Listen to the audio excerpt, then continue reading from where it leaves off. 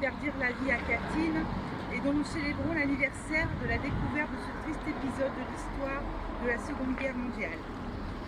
Durant cette guerre, la Pologne aura affronté non pas un ennemi mais deux, l'Allemagne et l'Union soviétique.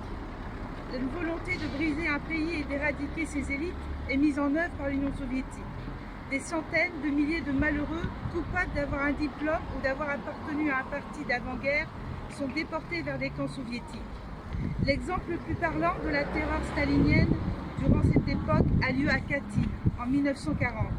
Des milliers d'officiers polonais, les mains soigneusement liées dans le dos, sont tués d'une balle dans la tête par les Russes. À l'horreur, les soviétiques ajoutent un sens consommé du mensonge. Pendant des décennies, Moscou prétendra que ce crime a été commis par les nazis et n'admettra la vérité qu'en 1990. Aujourd'hui est l'occasion de se réunir pour ne pas oublier qu'envahir un pays, c'est nier sa souveraineté. La Pologne a connu cela à de multiples reprises. En 1795, la Pologne est rayée de la carte de l'Europe pendant plus de 123 ans. Partagée entre l'Empire prussien, russe et austro-hongrois, elle ne retrouvera ses frontières qu'en novembre 1918. En septembre 1939, les troupes allemandes envahissent la Pologne sous des prétextes fallacieux. Sa volonté est de récupérer les territoires allemands devenus polonais après la Première Guerre mondiale. Les soldats et civils polonais fuient leur pays et rejoignent les forces alliées en Angleterre pour combattre pour la liberté. En France s'organisent des groupes de résistance polonaise.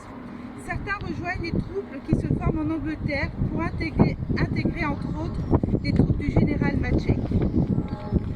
Les soldats du général Maček libéreront les territoires allant de la Normandie jusqu'à Breda, aux Pays-Bas, en libérant Saint-Omer, Longnes, Arques, Blandec, Witt. Malgré tous ces faits de bravoure et de sacrifice en vie humaine, aucun soldat polonais ou d'origine polonaise ne pourra regagner la Pologne à la fin de la guerre. Le gouvernement soviétique les considérera comme des traîtres et ils seront jugés et fusillés au retour en Pologne. Ils ne reverront jamais leur terre natale, celle pour laquelle ils ont combattu. Autre fait marquant très peu relaté, le 1er août 1944, Varsovie se soulève contre l'occupant nazi.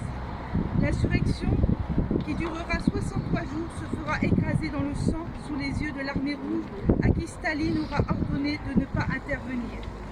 Face à l'avancée soviétique, la résistance polonaise décide de déclencher le 1er août 1944 un soulèvement contre l'occupant nazi afin de se libérer elle-même.